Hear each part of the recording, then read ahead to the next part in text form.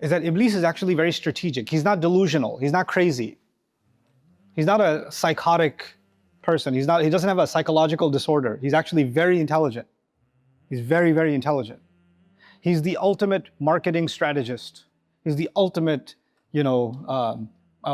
propaganda specialist.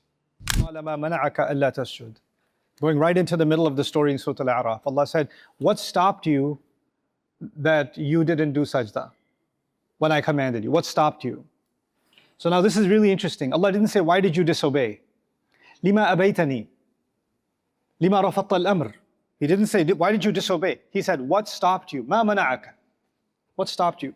Something is inside his personality stopped him. He was going to do it.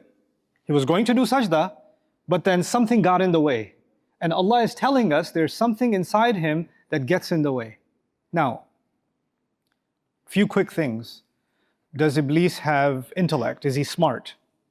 Yes. Does he have free will? Yes. Does he have a sense of right and wrong? What's right and what's wrong? Does he have moral responsibility? Yeah, he has all of those things. And when he disobeyed Allah, this is different from when an atheist disobeys Allah. This is different from when someone who says, I have nothing to do with religion, disobeys Allah. Because they're like, God, Allah, what Allah? I don't know what Allah is. Why do I have to obey anyone? I'm a free person. He doesn't see himself that way. He knows that he is a slave of Allah. He knows. So he's intelligent, he has free will, he's morally responsible, and he's knowledgeable. He's knowledgeable. And now Allah is telling him, you have all the check boxes. And when somebody has all of those check boxes, you have intelligence, you have ability to understand, you know who Allah is, you know you're a slave, then there's no reason to disobey. Something must be very big that got in the way, that kept you from disobeying a direct command from Allah. You also have to understand, when he received this command, we receive a command, for example, the command to pray. We receive this command in wahi. We receive it in the Quran. But we don't see Allah. We don't hear Allah.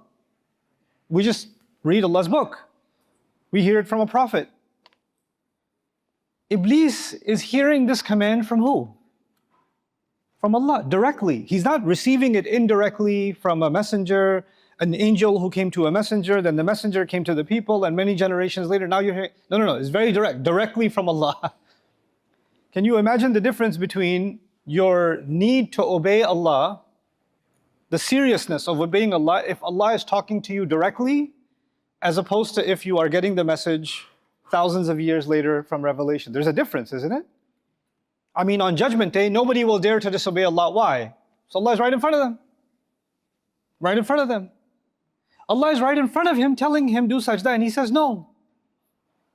So no matter, of course, if you are in the presence of Allah, you have fear of Allah. You have fear of Allah.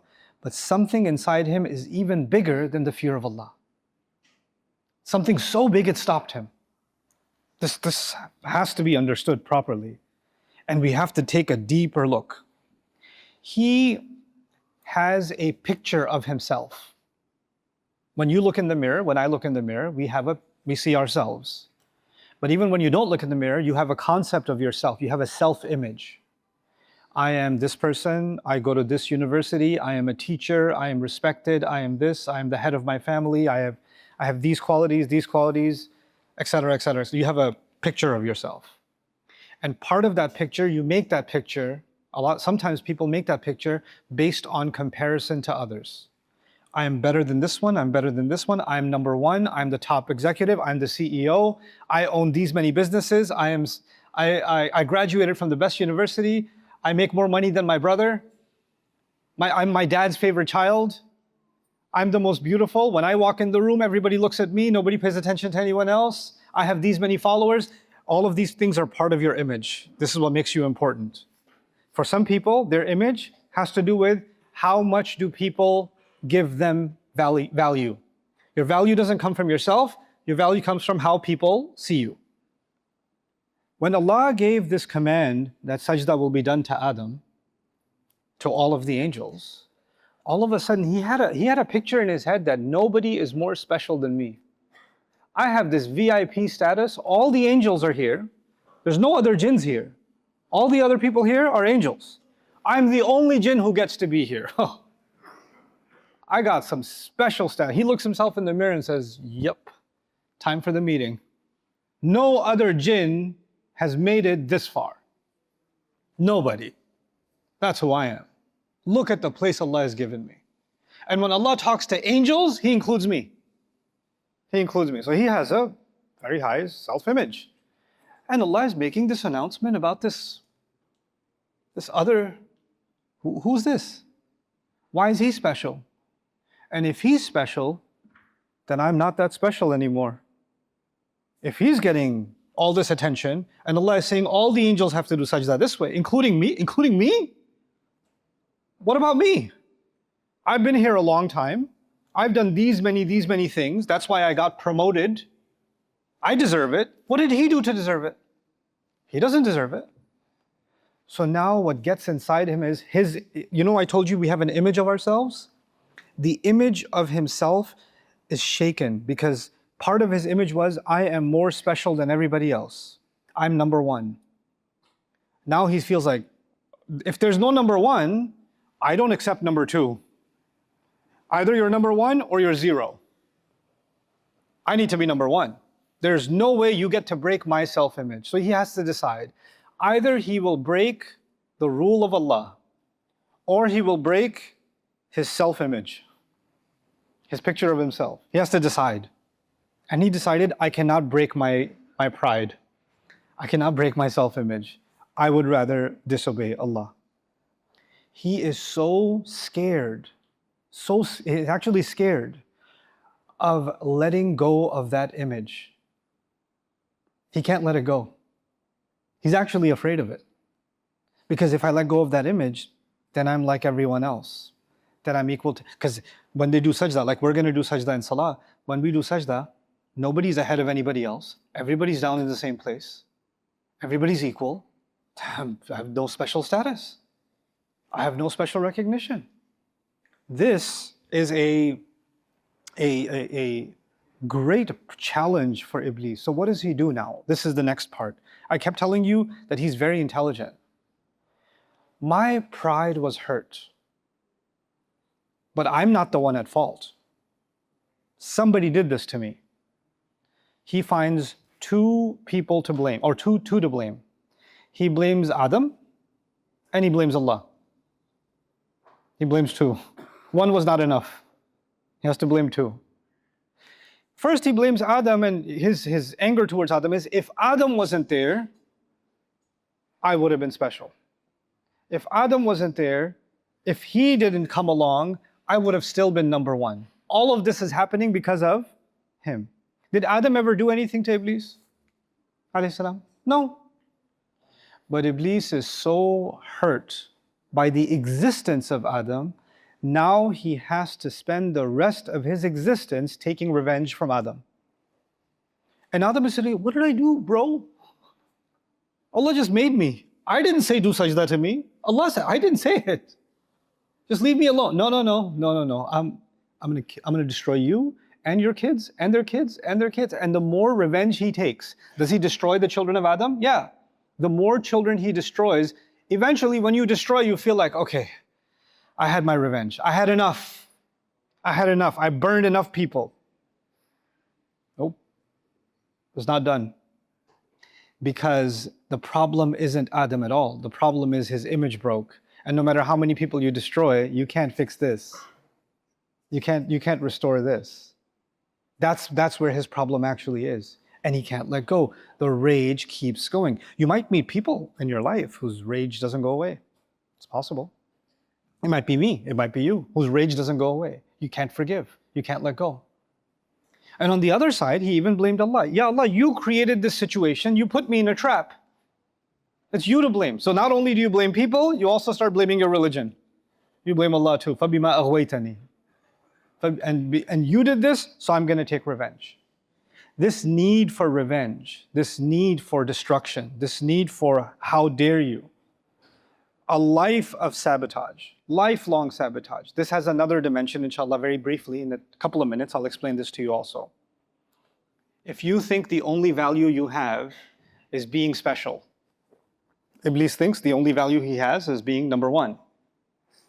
Your value doesn't come from what you do. Your value comes from how people see you. Listen carefully. Your value does not come from what you do, according to Iblis. Doesn't matter what you do. The value comes from how people see you. If you're the CEO, I have respect because I'm the CEO. If I'm a terrible CEO, if I'm a mean CEO, if I'm a greedy CEO, if I'm a corrupt CEO, it doesn't matter. I get respect because I'm the CEO. If somebody's a taxi driver, right? He shouldn't get too much respect because he's just a taxi driver. Doesn't matter if he's honest, doesn't matter if he takes care of his family, doesn't matter if he's truthful, doesn't matter that he fears Allah. No. What you do does not give you respect. Your rank gives you respect. The CEO's over there, taxi driver's down here. You understand? Iblis, in his mind, your value does not come from what you do. Your value comes from how people see you, from your rank. This is the fundamental thing he wants to put inside human beings. You should see your value not from what you do. You should see your value from how people see you. How many followers do you have? Are you taller than this person or shorter than this person? Are you getting more attention, or are you making more money, or are they making more money? What brand clothes are you wearing? Your entire value comes from identity, not from contribution. That's the value system.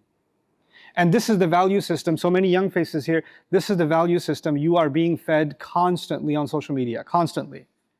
What car are you driving? What kind of house do you live in? What kind of clothes are you wearing? What does your physical appearance look like? What brands do you have, right?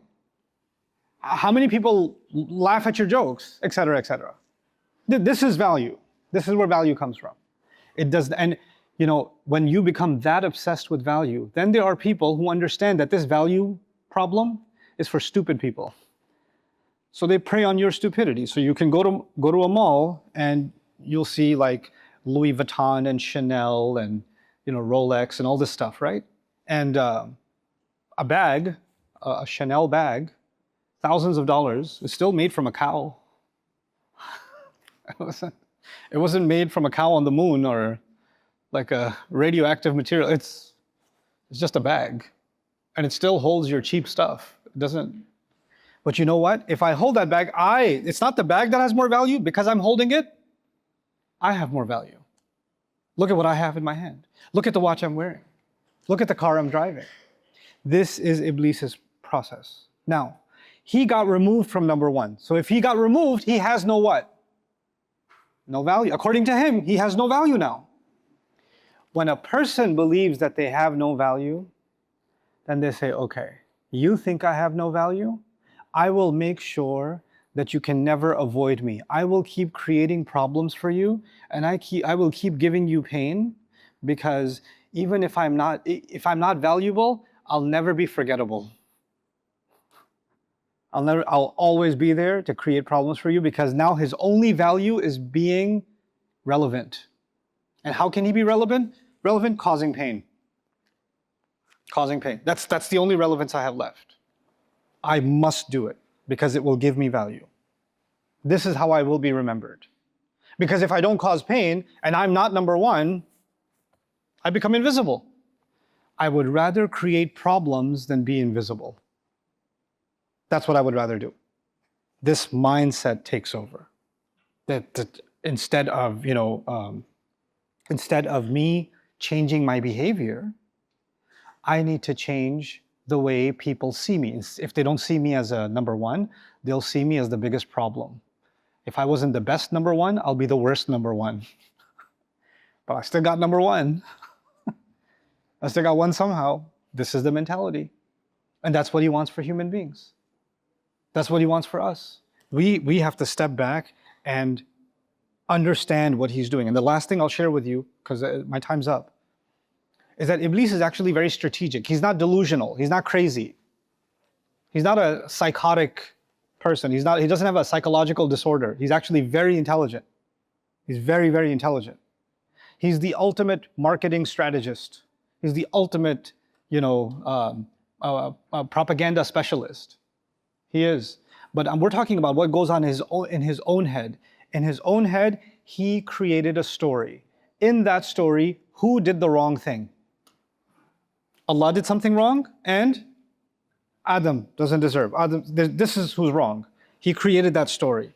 Now that he created that story, it doesn't matter how much evidence he sees that his story is wrong. Because he's smart. He sees evidence that his story is wrong. Doesn't matter.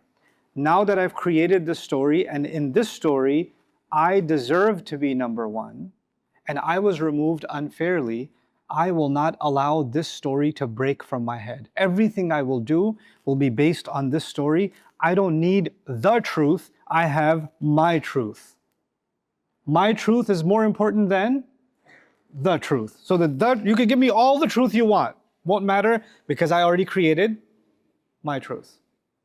He wants human beings to create, each of you, he wants you to create your truth. Each of you, your own truth, your own truth, your own truth. And then somebody comes along, I don't want to hear it, I don't want to hear it, I don't want to hear it. Look at Yaqub alayhi salam. He's a prophet, right? Yaqub alayhi salam. And his kids were Muslim. And he's giving da'wah to them for many years. Do they listen to him? His own Muslim kids didn't listen to him, and he's a prophet. And all these years later, even then, because they had a story in their head, in their story, who was wrong? Yusuf is wrong and Yaqub is wrong.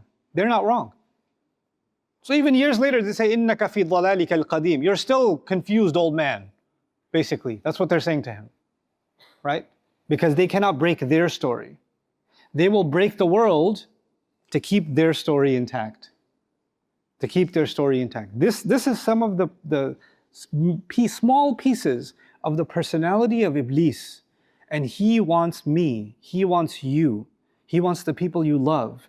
He wants those people to take parts of this personality and poison their life. It's not enough for him to suffer. If I fall, if I lost number one, I will make sure you lose it too. If all of us fail, that'll satisfy me. I know I'm going to burn anyway. I know I'm going to burn. Now the only agenda I have left is I need to make sure you burn. It's the only thing that can satisfy me now. May Allah protect us from the waswasa of Iblis. May Allah protect us from being those who Allah says, لا تتبعوا خطوات الشيطان. Don't fall into the footsteps of Shaytan. May Allah protect all of us from Shaytan. All of us can fall into his footsteps. You can take one step, or you can take 1,000 steps, you can take 10,000 steps. But at any time you can take a step back.